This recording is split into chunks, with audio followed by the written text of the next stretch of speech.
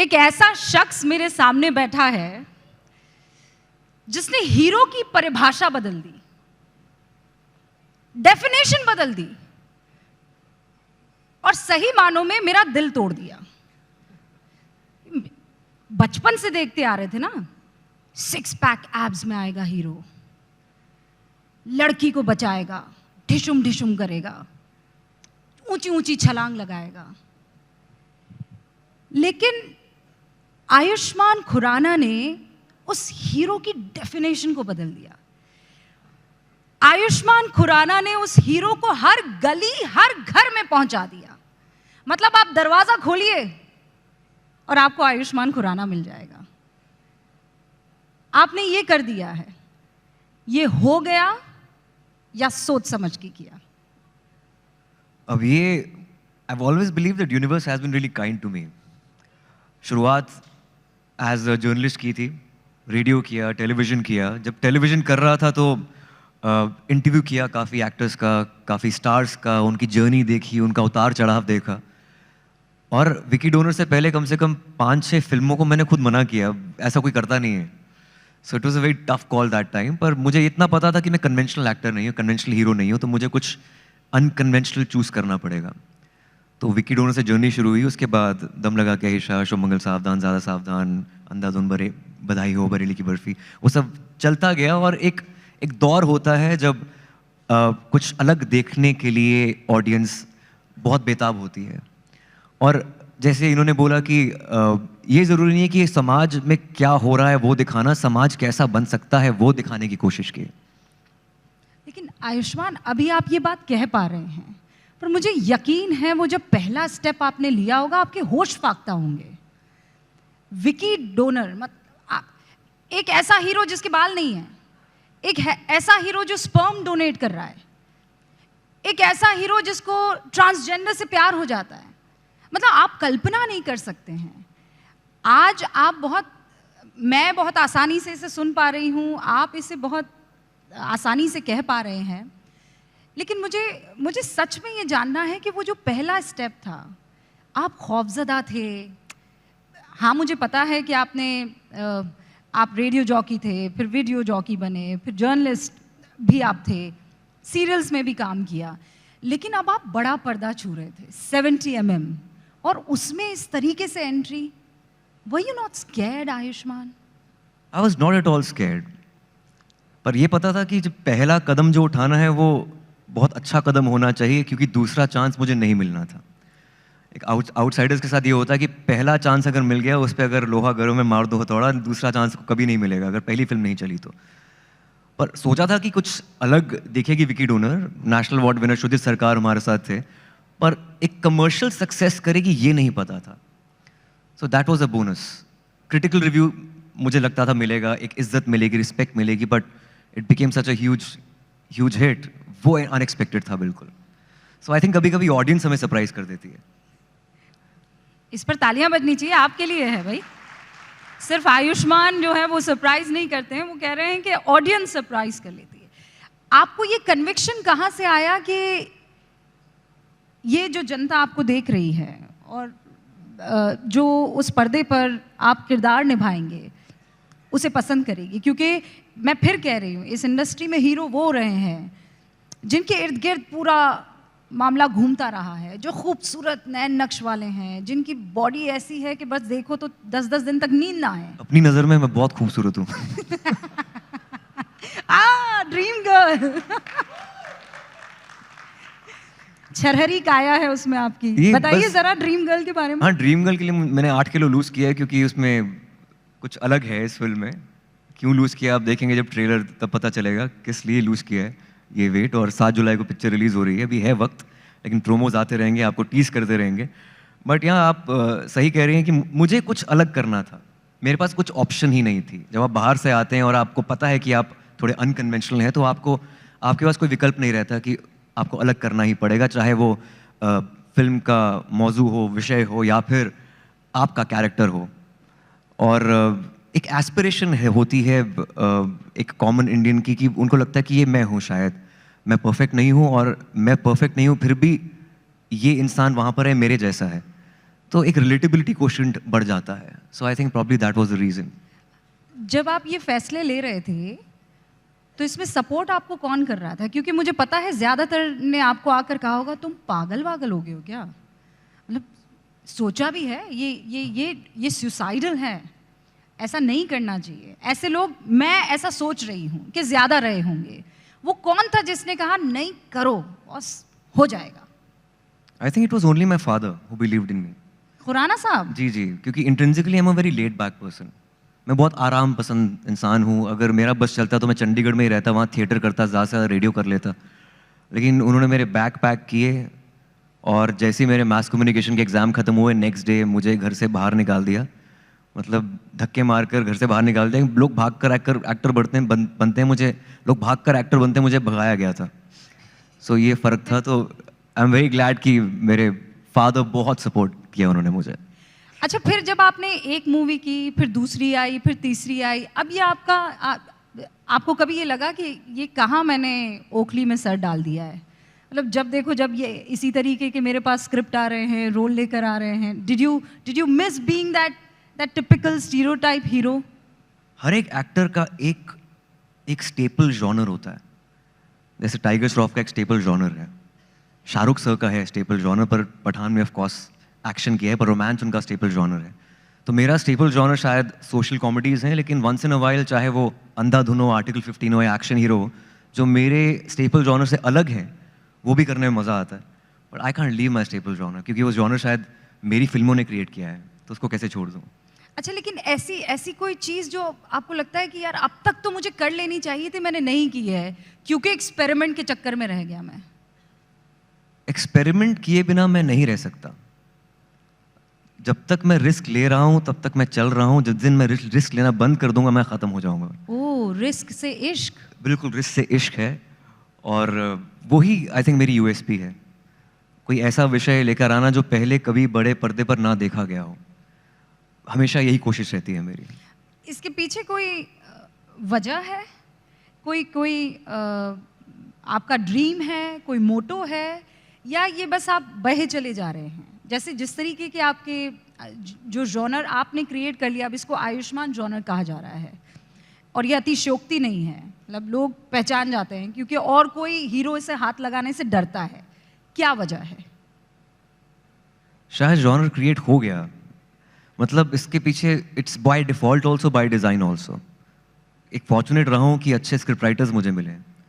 मतलब चाहे वो अनुभव सिन्हा हो, श्रीराम राघवन हो, अभिषेक कपूर हो, शुद्धित सरकार हो, तो एक अच्छे डायरेक्टर्स के साथ काम करने का मौका भी मिला है.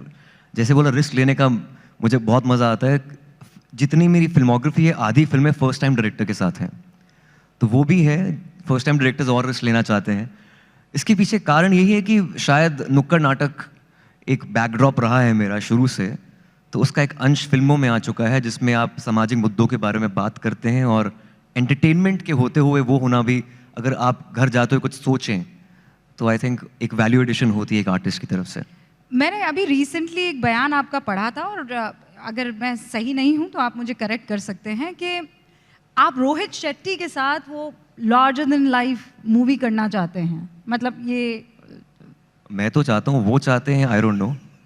उनको भी देखना चाहिए मुझे इस जॉनर में, क्योंकि आखिरी फिल्म एक्शन हीरो की थी, कोशिश की थी एक्शन करने की और कुछ अलग थी. बट अगर मौका मिला तो मैं ज़रूर करना चाहूँगा. मैं खुद को सरप्राइज करना चाहता हूँ. ये जो आपकी लेटेस्ट फिल्म थी एक्शन हीरो, इसको क्रिटिकली तो बहुत पसंद किया गया, लेकिन लोग इसे नहीं पसंद कर पाए. आपको लगता है कि ये कंपार्टमेंटलाइज हो गया है? लोग आपको उस पर्दे पर देखना नहीं, या उस तरीके से देखना नहीं चाह रहे हैं? क्या वजह रही? एक्शन हीरो, मुझे लगता है कि अगर टाइमिंग थोड़ी करेक्ट होती फिल्म की, तो शायद कमर्शियल सक्सेस मिल सकता था उसे, क्योंकि उसका जो फिल्म की ग्रामर है या टोन है, वो काफ़ी कमर्शियल है. नेटफ्लिक्स पे बहुत प्यार मिला है उसे, लेकिन ऑफ कोर्स कमर्शियली और सक्सेसफुल हो सकती थी. मेरा पहली कोशिश थी एज एन एक्शन हीरो. शायद किसी ने मुझे एक्शन हीरो के तौर पर ना देखा हो, इसलिए आई डोंट नो वो कितना मुझे देखना चाहते थे. लेकिन फिल्म देखने के बाद आपको पता चलेगा कि एक तरह का सटायर है आजकल के दौर में जो हो रहा है, उसके ऊपर एक कटाक्ष है, एक व्यंग है. और जो हादसे रिसेंटली सेलेब्स के साथ हुए हैं, वो एक्शन हीरो में हमने 3 महीने पहले दिखा दिया. So I guess it's very topical at the same time, पर मैं कोशिश करता रहूँगा, I will be relentless towards it. चाहे फिल्म जैसा भी करे, इज्जत फिल्म को ज़रूर मिली है और आई एम श्योर आगे जाकर कमर्शियल सक्सेस भी मिलेगा। आप अपनी फिल्म में सब कुछ चाहते हैं, एक्सपेरिमेंट चाहते हैं, कमर्शियल सक्सेस चाहते हैं, और कोई भी हीरो ये बात चाहेगा। लेकिन मुझे ये भी पता है कि फिल्म में ये जानकारी मुझे मिली है कि आप सिर्फ एक किरदार प्ले नहीं करते हैं, उससे जुड़ी हुई बहुत सारी चीज़ें करते हैं। क्या ये बात सही है कि जो लिखा हुआ आपको मिलता है उसमें आप खुद तब्दीली करते हैं, उसमें फिर लिखा पढ़ी करते हैं, पीएचडी वगैरह कर लेते हैं उसमें? नहीं, रिसर्च करता हूँ, उससे ज़्यादा कुछ नहीं है। एक एक्टर के कैरेक्टर के अंदर जो कुछ है वो मैं कर लेता हूँ, उससे ज़्यादा करने का फ़ायदा भी नहीं है। जो कभी कभी I think the magic lies between the lines, उसके अंदर सब कुछ होता है। कभी कभी इम्प्रोवाइज़ करने का चांस भी नहीं होता है और वो एल्बो रूम भी नहीं होता, वो कैरेक्टर पे डिपेंड करता है। हाँ, अंधाधुन ऐसी फिल्म थी जहाँ पर इम्प्रोवाइज़ करने का बहुत मौका मिला था, क्योंकि श्रीराम राघवन एक बाउंड स्क्रिप्ट नहीं देते, वो सुबह आपको डायलॉग्स देते हैं कि ये डायलॉग्स आपके हैं, याद कर लीजिए, और कभी कभी सिचुएशन पर रिएक्ट कर लीजिए। सो इम्प्रोव का वहाँ पर चांसेस काफ़ी थे, पर हर फिल्म में ऐसा नहीं होता। मतलब लेकिन ज़्यादातर फिल्मों में आप कर लेते हैं ये काम? But it's directors call eventually. मतलब मैं सिरदर्दी नहीं बनना चाहता किसी डायरेक्टर के लिए, so it has to be mutually accepted, but captain of the ship is the तो डायरेक्टर। कहीं ऐसा तो नहीं है कि इस एक्सपेरिमेंट के चक्कर में आयुष्मान खुराना जो है डायरेक्टर भी बन जाए, कि डायरेक्टर सुन ही नहीं रहा है तो चलो मैं ही डायरेक्टर बन जाऊं? Will that happen? अभी तो एक्टर बनकर खुश हूँ मैं, अभी डायरेक्शन का सपना आगे है, अभी नहीं है फिलहाल। और आपकी जो बेटर हाफ हैं, इनफैक्ट वो डेब्यू कर रही हैं, क्या आप उनके अंडर कभी काम करेंगे? बिल्कुल करूँगा, ऑफ कोर्स। वो शी इज़ अ फेमिनिस्ट, तो वो जो मेन कैरेक्टर्स हैं सब उनके विमेन होते हैं, वो तो नारी प्रधान फिल्में हैं उनकी, तो उसमें भी अगर छोटा रोल मिला मैं करने को तैयार हूँ, पर आई होप वो मेरे लिए भी कुछ लिखें। मतलब वो छोटा रोल ही देंगे उसमें आपको? लेट्स सी, क्योंकि वो शी इज़ अ फेमिनिस्ट, तो तो नारी प्रधान में आपको कोई फिक्र थोड़ी होगी नारी बन बिल्कुल भी जाने नहीं। में? मेरे हिसाब से दम लगा के ईशा एक नारी प्रधान फिल्म है, बधाई हो एक नारी प्रधान फिल्म है, डॉक्टर जी एक नारी प्रधान फिल्म है, तो बिल्कुल है। पर एक कैरेक्टर का एक वेट होता है, एक ऑथर बैक्ड रोल होता है, वो अभी तक नहीं लिखा उन्होंने मेरे लिए। सो हमें इंतज़ार करना होगा कि वो आपके लिए कुछ ऐसा लिखे और फिर आप मानेंगे। Of course. वो सिर्फ पत्नी हो जाने से काम नहीं चलेगा। नहीं, ऐसा नहीं होता। नहीं होगा। आप बहुत अच्छा लिखते भी हैं, मैंने सुना है। अब अच्छा लिखते हैं वो आप दर्शकों को पढ़ के बताएं तो मैं मानूं। 2 मिनट, मुझे याद नहीं होगा। तो मैं बता दूं दर्शकों को कि ये सिर्फ एक्टिंग ही नहीं करते, आपको ये लगता है कि गाते भी होंगे, पर सिर्फ गाने की बात नहीं है, प्रभु लिखते भी बड़ा अच्छा है। तो एक दो लाइनें इनकी जो है वो आ ही जाती है सोशल मीडिया पर, और वो जब ये कहेंगे तो बेहतर लगेगी। So we have to wait. Irshad कविराज। काफ़ी 7 साल पहले लिखा था। वैसे तो शायरी लिखता रहता हूँ ट्विटर पे, मैं कुछ तुकबंदी करता रहता हूँ। प्योरिस्ट हूँ इसलिए मैं अपने आप को इतना शायर मानता नहीं हूँ बिल्कुल भी, बस कोशिश, एक थॉट है जो मैंने लिखा था 5-7 साल पहले। इस कविता का शीर्षक है अर्धनिर्मित। यहाँ कोई मित्र नहीं है, कोई आश्वस्त चरित्र नहीं है, सब अर्धनिर्मित हैं। अर्धनिर्मित इमारतें हैं, अर्धनिर्मित बच्चों की शरारतें हैं, अर्धनिर्मित जिंदगी की शर्तें हैं, अर्धनिर्मित जीवन पाने के लिए लोग रोज यहां मरते हैं। अर्धनिर्मित है यहाँ के प्रेमियों का प्यार, अर्धनिर्मित है यहाँ मनुष्यों के जीवन के आधार। आज का दिन अर्धनिर्मित है, ना धूप है ना छाँव है, मंजिल की डगर से विपरीत चलते पाँव हैं। अर्धनिर्मित सी सेहत है, ना कभी देखा निरोगी काया को, ना कभी दिल से कहा अलविदा माया को। हमारी अर्धनिर्मित सी कहानी है, अर्धनिर्मित हमारे युवाओं की जवानी है। हम रोज एक अर्धनिर्मित शैया पर लेटे हुए एक अर्धनिर्मित सा सपना देखते हैं। उस सपने में हम अपनी अर्धनिर्मित आकांक्षाओं को आसमानों में फेंकते हैं। आसमान को भी इन आकांक्षाओं को समेटकर अर्धनिर्मित होने का एहसास होता होगा, बिल्कुल वैसे ही जैसे अर्धनिर्मित। So I take the last line again. आसमान को भी इन आकांक्षाओं को समेटकर अर्धनिर्मित होने का एहसास होता होगा, क्योंकि आकांक्षाएं हमारी नहीं आसमान की हैं, बिल्कुल वैसे ही जैसे अर्धनिर्मित गाथा तुम्हारी है, और आयुष्मान की हैं। बहुत खूब। तो पूर्ण निर्मित ये आपने गुगली फेंकी, मैं इसके लिए तैयार नहीं था। थोड़ा काम हम भी कर जी। लेते हैं, एक्सपेरिमेंटल। तो पूर्ण निर्मित आयुष्मान खुराना कभी होंगे? आई थिंक जब पूर्ण हो जाएंगे तो जिंदगी का फायदा क्या होगा, हम सब अधूरे ही तो हैं। फुल स्टॉप हो जाए। उसको पूरे करने के चक्कर में हम जी रहे हैं, जिंदगी जी रहे हैं। अगर पूरा ही हो जाएंगे तो फिर जीने का मजा क्या होगा। एब्सोल्युटली। और अगर मैं ये कहूँ कि 5 ऐसी चीजें जो इस वक्त आप चाहते हैं आपके करियर में हो जानी चाहिए, 5 ऐसी 5? चीजें। अच्छा ठीक है, 2.5 बता दीजिए। इतना तो सोचा ही नहीं। I just take one day at a time. मतलब एक दिन जीता हूँ, ये आज का दिन अच्छा चला जाए। शूट पे भी ऐसा ही होता है कि आज की शूट अच्छी हो जाए। That's about it. मैं कभी 5 ईयर प्लान वगैरह कुछ सोचता नहीं हूँ। बस यही है कि ऐसा काम करता रहूँ जो कुछ अलग हो, हर एक कहानी अलग हो, कुछ कुछ कहने को मिले फिल्म के जरिए। एक आर्टिस्ट की रिस्पॉन्सिबिलिटी होती है, एक सोशल रिस्पॉन्सिबिलिटी होती है, वो पूरी होती रहे। बस इतना ही से ख्वाब है मेरा। आप एक आउटसाइडर हैं बॉलीवुड में। हम अक्सर ये सुनते हैं, हमने तो इस चीज़ का एहसास नहीं किया है, हम सुनते हैं और ये खबरें जनता तक पहुंचाते हैं, आउटसाइडर के लिए ये जगह ठीक नहीं है, बहुत मुश्किल है, स्ट्रगल करना पड़ता है। और जो यहाँ ख़ानदानी हैं उनको सब कुछ प्लेट में मिल जाता है। इसमें कितनी सच्चाई है और हम सच्चाई से कितना दूर हैं? सच्चाई पहले आप आउटसाइडर से, चूंकि आप खुद एक आउटसाइडर हैं।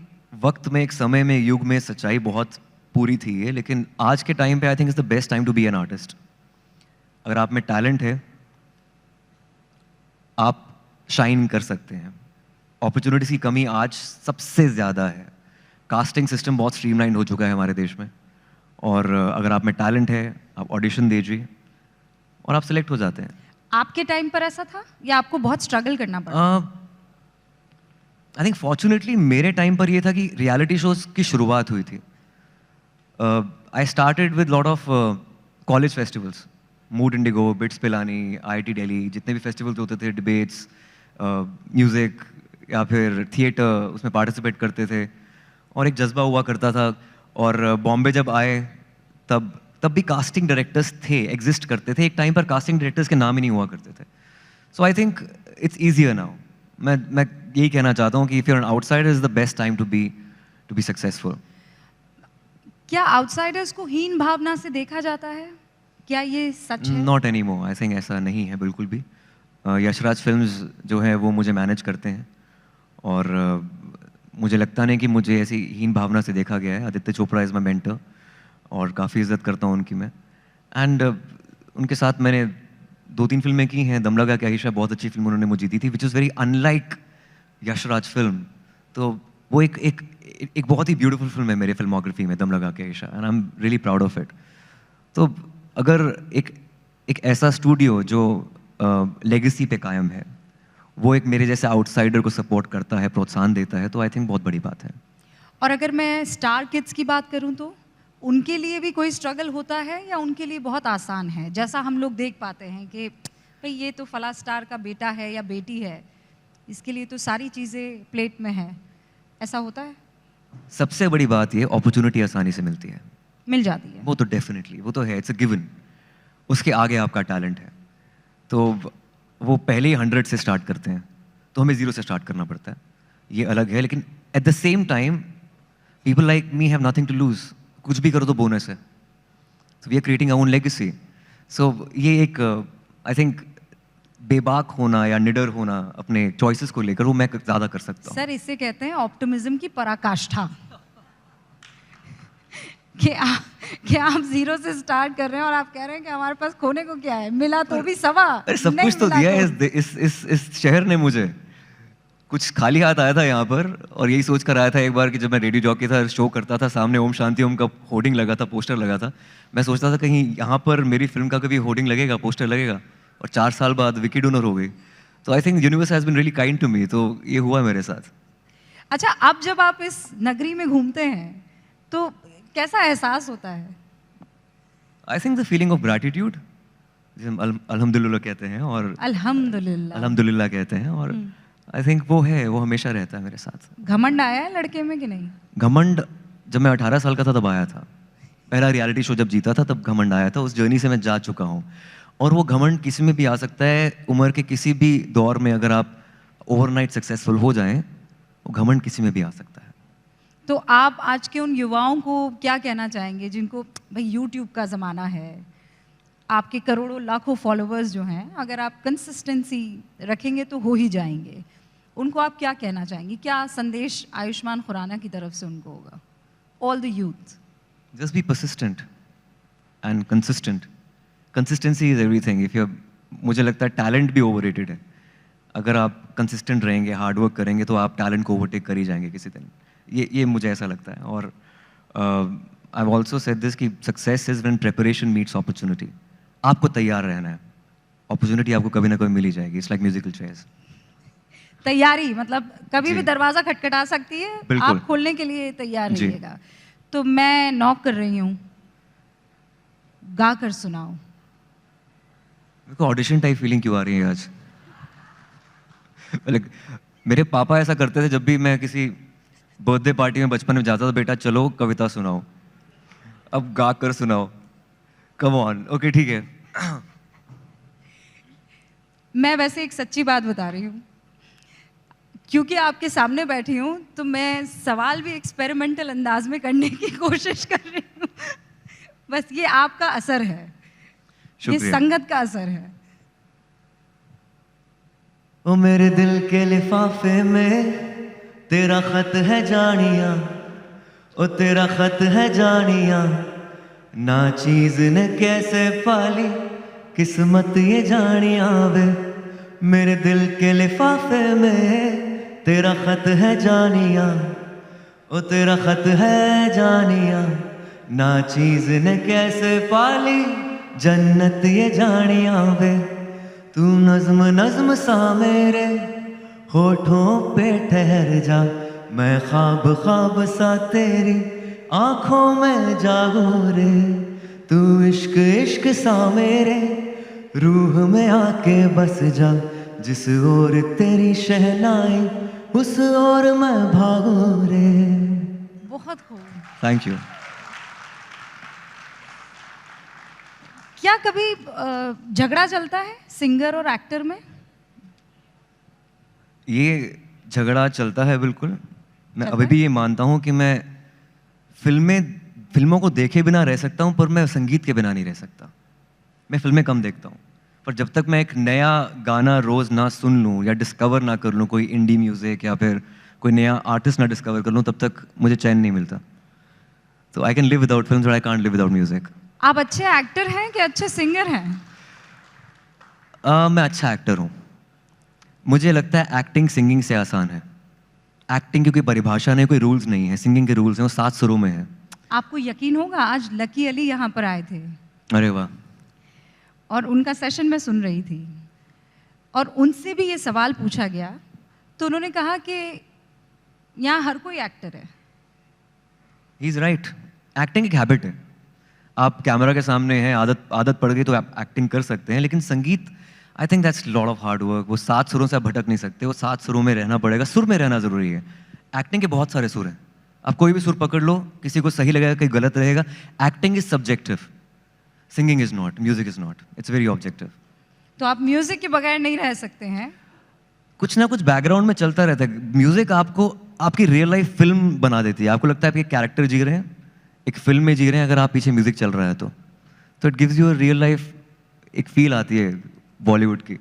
So that's, music is beautiful. तो ये साइमल्टेनियसली चलता है या आपने इसको संभाल के रखा हुआ है कि जब डायरेक्टर लोग समझना बंद कर देंगे मुझे तो इसको फुल फ्लेजेडली मैं आगे बढ़ा दूंगा? नहीं, ऐसा मैं है साल क्या? में एक गाना गा लेता हूँ अपनी फिल्म के अंदर ही, वो दैट्स देयर। बट फिल्मों का ऐसा है कि इतने साल में 2-3 फिल्में करने के बाद मेरा इतना फिल्में देखने का मन नहीं करता। इससे अच्छा किताबें पढ़ लो या फिर सोशली अवेयर हो जाओ, वो ज़्यादा ज़रूरी है। क्योंकि मेरी कहानियाँ वहाँ से मिलती हैं, वो ज़्यादा ज़रूरी है। कहाँ, चाहे संगीत सुन लो, उसमें थोड़ी सी मेहनत कर लो, नई भाषा सीख लो, कोई ज़ुबान सीख लो, वो आई थिंक ज़िंदगी जी लो। आई थिंक ज़िंदगी से आपको जो लिव्ड इन एक्सपीरियंसेस हैं वहाँ से आपको एक्टिंग सीखने को ज़्यादा मिलती है। फिल्में देखकर आप एक्टिंग नहीं सीख सकते। इससे मुझे एक चीज़ तो समझ में आई है कि देखिए, आप साउथ में जो फिल्में बनती हैं उसकी पटकथा एकदम डिफरेंट होती है। आप सोच भी नहीं सकते हैं, मक्खी बदला ले रही है, वो अलग किस्म की स्क्रिप्ट होती है। अब बहुत कम लोग यहाँ पर शायद जानते हैं कि बॉलीवुड साउथ की फिल्मों से इंस्पिरेशन लेकर और यहाँ पर हिंदी में फिल्में बनाता है। आयुष्मान खुराना से इंस्पायर होकर साउथ में फिल्में बन रही हैं। ये कैसे हुआ? अब तक ये हुआ है, विकी डोनर, बधाई हो, अंधाधुन, आर्टिकल 15, और अब एक्शन हीरो के लिए लोग मांग रहे हैं उसके राइट्स, बट ओरिजिनलिटी मुझे पसंद आती है। लेकिन आपने एक साउथ को, आई थिंक, एक जनरलाइज नहीं करना चाहिए साउथ के सिनेमा को। मैं मलयालम सिनेमा काफ़ी फॉलो करता हूँ। फहद फाजिल जो है मेरे बहुत चहेते हैं, मुझे बहुत अच्छे लगते हैं। उनकी जो सिनेमा है मुझे बहुत इंस्पायर करती है। तो तेलुगु, तमिल, कन्नड़ा, मलयालम, सो ये अलग अलग सुर हैं इनके, अलग अलग ग्रामर है हर एक इंडस्ट्री का। तो मलयालम सिनेमा मुझे बहुत एक इंस्पायर करती है। हाँ, वो एक कमर्शियली जो हम मापदंड हैं वो उसमें शायद कभी कभी वो, आई थिंक इट्स मोर क्रिटिकल, एक स्लो बर्न होता है उसमें, तो मैं उससे ज़्यादा इंस्पायर होता हूँ। माने कि एक बड़े पर्दे पर आप फिल्म देख रहे हैं, सीटियां बज रही हैं, पब्लिक हॉल से निकल कर आ रही है, और एक आप अपने ढीले पजामे में बिस्तर में, रज़ाई में अपने आप को सिकोड़े हुए OTT पर फिल्म देख रहे हैं, या कभी कभी आप अपने मोबाइल फ़ोन में देख रहे हैं। इस फील में कुछ अंतर है? फील में बहुत अंतर है। OTT मतलब बड़े पर्दे पे आप पॉपकॉर्न खाते हुए फिल्में देखते हैं, और मोबाइल पे आप मम्मी की डांट भी खा सकते हैं साथ में, यही फ़र्क है। मतलब ऑडियंस जो है, जो कंज्यूमर है, वो आपको रूल करता है। OTT पे अपनी मर्जी से फिल्म रोक कर अपना काम करके वापस देख सकता है। और कईयों का कन्वेंशनल वे ऑफ थिंकिंग में होता है कि नहीं यार, बड़े पर्दे का मज़ा अलग है, क्योंकि आपको एक दर्जा दिया जा रहा है। घर से तैयार होकर, फैमिली के साथ जाकर आप बड़े पर्दे पर फिल्म देखते हैं। आप क्या प्रेफर करते हैं? बचपन से बड़े पर्दे पर देखा है, और एक चार्म रहा है बड़े पर्दे का। पर मेरी फिल्में ऐसी हैं जो लार्जर देन लाइफ नहीं होती हैं, तो मुझे देखना पड़ेगा कौन सी फिल्म कहाँ जानी चाहिए। लेकिन अ film like dream girl 2 for example, वो बहुत ही फ्रंट बेंचर कॉमेडी है, उसमें थोड़ी मासी कॉमेडी है, तो उसमें आई थिंक एक जो कम्युनिटी वॉच है, that's very important for that film. ये जो लार्जर देन लाइफ फिल्म की आप बात कर रहे हैं, would you want to do a film like that? Would love to. I think as an actor आप अपने आप को सीमित नहीं समझते। यू विल बी सरप्राइज्ड, मैं जब कॉलेज में था तब अश्वत्थामा का कैरेक्टर मैंने किया था, और उसके लिए मुझे बेस्ट एक्टर मिला था। और मुझे लगता नहीं कोई डायरेक्टर मुझे अश्वत्थामा की नज़र से देखता भी होगा, पर मैं अपने आप को देखता हूँ, और जब मौका मिलेगा मैं ज़रूर करूँगा। ऐसा क्यों है कि अब तक वो फिल्म आप तक आई नहीं है ऐसी? क्योंकि ये ट्रैजेक्टरी है करियर की। शाहरुख सर हमेशा से एक्शन हीरो बनना चाहते थे, लेकिन आदित्य चोपड़ा सर ने उनको एक रोमांटिक हीरो, एक दुनिया का सबसे बड़ा रोमांटिक हीरो बना दिया। कभी कभी आप जो सोच कर आते हैं वो एक यूनिवर्स का अलग प्लान होता है आपके लिए, पर एट द सेम टाइम आपकी एक फिजिकलिटी होती है, आपका एक बॉडी लैंग्वेज होती है रियल लाइफ में। तो कभी लोग आपको कंफ्यूज कर देते हैं कि ऑन स्क्रीन भी ये ऐसा ही होगा, पर ऐसा होता नहीं है। बतौर अभिनेता आप कुछ भी कर सकते हैं, आप कहीं सीमित नहीं रह सकते, आप आई थिंक कुछ भी कर सकते हैं। शाहरुख खान से आप बहुत इंस्पायर्ड हैं? जी, मैंने मास कम्युनिकेशन उनको देख के ही किया था। हीरो भी उन्हीं को देखकर बने? बिल्कुल।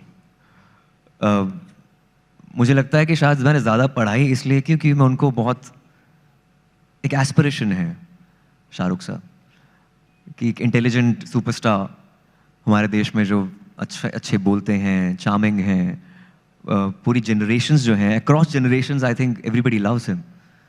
एंड या मैं हमेशा से बोला कि मैं एक लेटेस्ट मूवी तो देखी होगी? अभी तक नहीं देखी मैंने पठान। क्या मैं बात? ड्रीम गर्ल 2 की शूटिंग कर रहा था, अभी तक नहीं देख पाया हूँ मैं पठान। लेकिन पठान की सक्सेस पार्टी पे गया था, उनसे मिला था, उनके साथ डांस किया, और it feels like a personal victory when Pathaan became a blockbuster. अच्छा, मैं एक जगह है जहाँ पर शाहरुख खान और सलमान खान बात कर रहे हैं। मूवी देखिएगा आप, और मुझे ज़रूर बताइएगा कि उसमें आप हैं कि नहीं हैं। अब मैं पूरी सारी चीज़ें नहीं बताऊंगी ना भाई, वो तो सस्पेंस है। तो दोनों लोग आपस में बात कर रहे हैं और ट्रेन के ऊपर बैठ के दोनों बात कर रहे हैं। अब वो आपके बारे में बात कर रहे हैं या नहीं कर रहे हैं वो आप मुझे बताना, फिर मैं खबर के तौर पर देश को बताऊंगी। But you promise me you are going to tell. Of course I have to. Now what next? Next Amar Kaushik और दिनेश विजन के साथ एक है फिल्म, समांथा के साथ है, that will happen later this year. अभी ड्रीम गर्ल 2 आ रही है 7 जुलाई को, लेकिन उससे पहले मैं कुछ अभी साइन नहीं कर रहा हूँ। आई एम जस्ट एक सेल्फ डिस्कवरी पे हूँ मैं। Self discovery? जी हाँ, मतलब और जिंदगी जीने की जरूरत है थोड़ी, तो वो है। तो ये सेल्फ डिस्कवरी में कोई किसान तो नहीं निकल आएगा कि अब मुझे फार्मिंग करनी है? जो कॉलेज के शौक थे, बाइकिंग, लोगों के साथ जैम करना, नए म्यूजिशियंस डिस्कवर करना, कुछ सिंगल्स लॉन्च करना, गानों पे काम करना। और उसके बाद आप दोबारा ट्रैक पर आ इस जाएंगे? साल में 2 फिल्में तो आएंगी, वो तो होगा ही। वो करनी ही जी, जी, करनी है जी। आपको। आयुष्मान, फिल्मों के अलावा कुछ ऐसा है जो आपने सोच रखा है कि I am going to do it, आज नहीं तो कल ये मुझे करना है? ऐसा कुछ आपने मुझे बताया कि आप 5 वर्षीय योजना में यकीन नहीं रखते हैं, लेकिन बैक ऑफ द माइंड कोई ऐसी चीज़ कि अगर ये नहीं तो ये तो मुझे अब करना ही है, जब इससे पेट भर जाएगा तो ये करूँगा। इससे पेट तो कभी नहीं भरेगा मुझे लगता है। आई थिंक जब तक आपके अंदर वो आपका बचपना जिंदा है तब तक आप जिंदा हैं, तो वो क्यूरियोसिटी, वो इंक्विजिटिव जो आप नेचर है वो हमेशा रहेगी। और सिनेमा में पला बड़ा हूँ मैं, मुझे भारत भ्रमण पर निकलना है बाइक पे, ये मुझे बहुत जल्द करना है।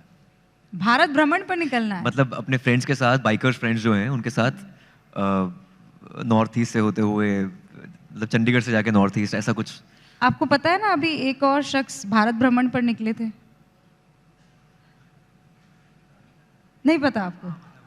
बताइए कौन? हाँ हाँ, माइक इधर रख के बोल रहे हैं। नहीं, ऑफ कोर्स नहीं, हाँ, Rahul Gandhi, I know that, या निकले थे वो भारत भ्रमण पे। तो आप भी कुछ वैसे ही भारत भ्रमण पर? नहीं, आप ये नहीं, मैं बाइक पे हूँगा, बस यही फर्क है। इस वक्त जो हिंदुस्तान का सिनेरियो है, आप उसे कैसे देखते हैं? सबके अपने अपने आइडियाज़ हैं, सबके अपने अपने विचार हैं।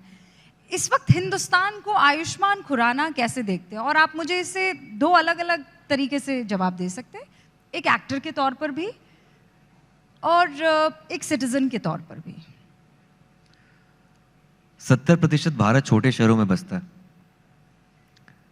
और धीरे धीरे आई थिंक वो गैप जो है वो कम हो रहा है। हम सिर्फ अर्बन, एक एक्टर के तौर पर कभी कभी हम सिर्फ अर्बन ऑडियंस को केटर करते हैं, उनकी सोच को, उनकी मानसिकता को, लेकिन जो तभी, जैसे आपने बोला, साउथ की फिल्में जो हैं, चाहे पुष्पा है, कंतारा है, बहुत रूटेड है, वो उन 70% भारत को रिप्रेजेंट करती है। तो आई थिंक दोनों को एक प्लेन पर लाना बहुत ज़रूरी है। एज एन आर्टिस्ट मैं ये बोलना चाहता हूँ।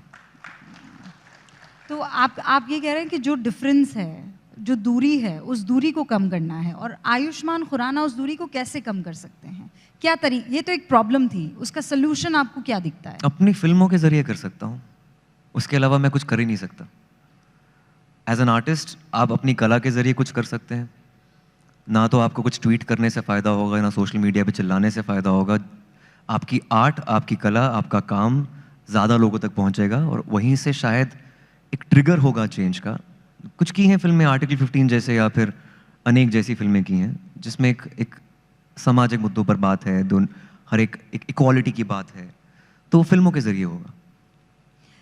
आयुष्मान, जब आप बॉलीवुड की बात करते हैं तो उसमें समाज का आईना भी दिखता है, लेकिन कुछ ऐसी चीज़ें हैं जो समाज से बिल्कुल जुड़ती हुई नहीं हैं, जिनको आपने कैप्चर करने की कोशिश की है।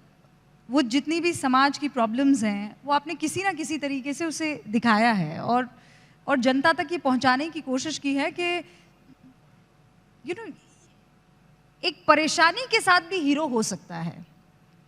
आपको ऐसा कोई कॉम्प्लीमेंट, ऐसा कोई किस्सा याद है कि आपको लगा कि यार उतर गया दिल में, दिस इज इट, जो मैं चाहता था वो हो गया?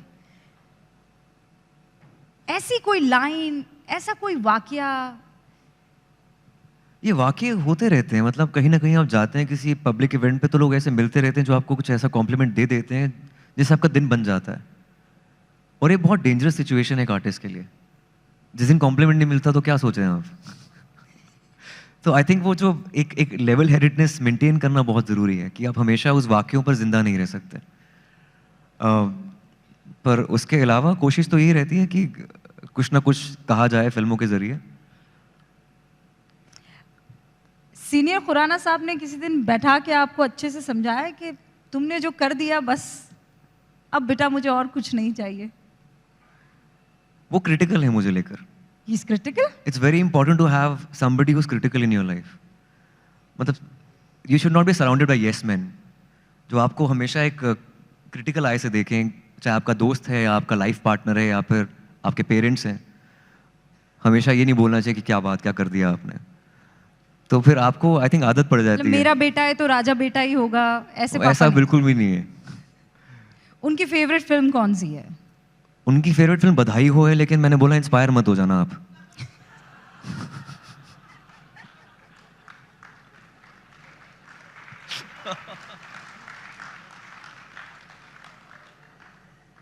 ड्रीम गर्ल भी उनकी फेवरेट फिल्म है, अंधाधुन भी है, आर्टिकल 15 भी है। रिसेंटली एक्शन हीरो भी पापा को बहुत अच्छी लगी। उन्होंने भी नहीं सोचा था कि मैं एक्शन कर सकता हूँ। And what about Tahira?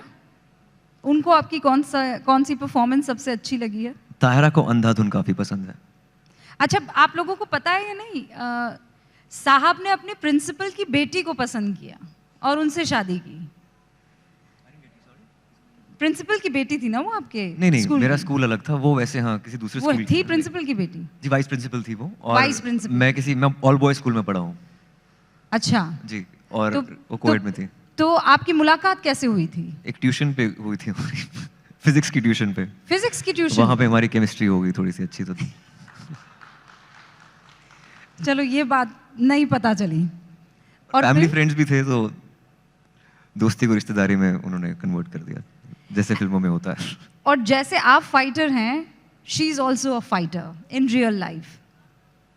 वो दौर कैसा था? आप उसके बारे में सोचते हैं? उसके बारे में बात करना कंफर्टेबल फील करते हैं? आप खुद एक फाइटर, आपका पार्टनर एक फाइटर, पिताजी धक्के देते ही रहते हैं। आई थिंक मैं उनके सामने कुछ भी नहीं हूँ, वो ज़्यादा बड़ी फाइटर है। जो कुछ उन्होंने देखा है वो आई थिंक कोई ना ही देखे तो अच्छा है। And despite of that, with the happy life state, she is face the challenges. यही बोलना चाहूँगा। और surprisingly I think that was my, जब भी मेरा वो करियर 2018 के टाइम पे बधाई और Andhadhun back to back super hit हुई थी, और that was the time when she was suffering with this. तो एक लेवलर होता है लाइफ। तो हमेशा जब आपको कुछ चीज़ मिलती है, कुछ एक कभी भी पूरी नहीं होती, जैसे बोला था पहले। इट्स ऑलवेज एक जगह आपकी अच्छी होती है, दूसरी जगह अच्छी नहीं होती है। So I have always seen that happen. अर्धनिर्मित। जी, अर्धनिर्मित, अगर उसे एक शब्द में पिरोया जाए तो। अब जब वो एक नए ट्रैक पर निकल चली हैं, वो डेब्यू करने वाली हैं डायरेक्टर के तौर पर, आप उन्हें सपोर्ट करते हैं? सपोर्ट से मेरा मतलब ये नहीं है कि कहाँ निकल चली हो। सपोर्ट से मतलब ये है कि क्योंकि आप खुद बहुत अच्छा लिखते हैं, आप खुद फिल्मों को बहुत अच्छे से समझते हैं, तो वो आपकी मदद लेती हैं या कहती हैं भाई आप अपना काम कीजिए, मुझे करने दीजिए? नहीं, वो बहुत ही इंडिपेंडेंट है, बस फीडबैक लेती हैं। बाकी तो I think it's she is on her own and she is और वेरी आप सेल्फ उनसे डिपेंडेंट। फीडबैक लेते हैं कि नहीं लेते? हमेशा। ताहिरा मेरी स्क्रिप्ट पढ़ती हैं, मेरी मैनेजर सुनीता डिसूजा मेरी स्क्रिप्ट पढ़ती हैं। तो एक फीमेल गेज बहुत इंपॉर्टेंट है। अगर आप प्रोग्रेसिव सिनेमा करना चाहते हैं तो ये दो हैं महिलाएं मेरी ज़िंदगी में जो हमेशा मेरी स्क्रिप्ट पढ़ती हैं और उस पर बताती हैं। मुझे आपसे सवाल तो बहुत से करने हैं, लेकिन वहाँ साइड से इशारे हो रहे हैं। और यहाँ 4-0 आपको दिखाई दे रहे हैं। एंड सारा अली खान भी हमारे बीच आ चुकी हैं। जोरदार तालियों से उनका भी स्वागत। आपसे कुछ ही देर में वो स्टेज पर होंगी, लेकिन मैं आपको ऐसे तो नहीं जाने दूंगी। मैंने तो गाना भी गा दिया, कविता भी सुना दी, अब और क्या करूं मैं? एक और क्या? ये ऑडियंस बताएगी। हाँ भाई, क्या? यार पिछले 10 साल से पानी दा गा रहा हूँ, मैं नहीं गाऊंगा वो गाना। तभी मैंने नज़म नज़म गाया था। सारा बताएगी। सारा, आप कोई गाना कोई हिब्रू वाला मत बताइएगा प्लीज, उसकी तैयारी नहीं है। आई थिंक मैं डांस कर देता हूँ, कुछ अलग दिखेगा। हाँ। तो मेरी आखिरी फिल्म एक्शन हीरो का जेड़ा नशा एक गाना है, उस पर डांस कर देता हूँ। आई थिंक तीनों टैलेंट क्यों ना दिखाऊं, गाना और कविता और डांस। तैयार हैं हम। Can you play the track? अगर ट्रैक आपके, अगर राइट्स हैं आपके पास तो इसको मैं समझता हूँ टी सीरीज का गाना है, तो देख लीजिए आप।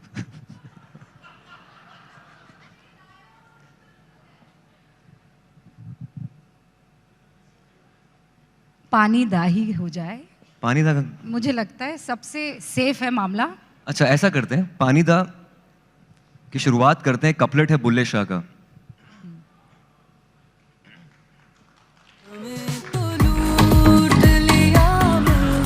ये बुल्ले शाह का कपलेट नहीं है,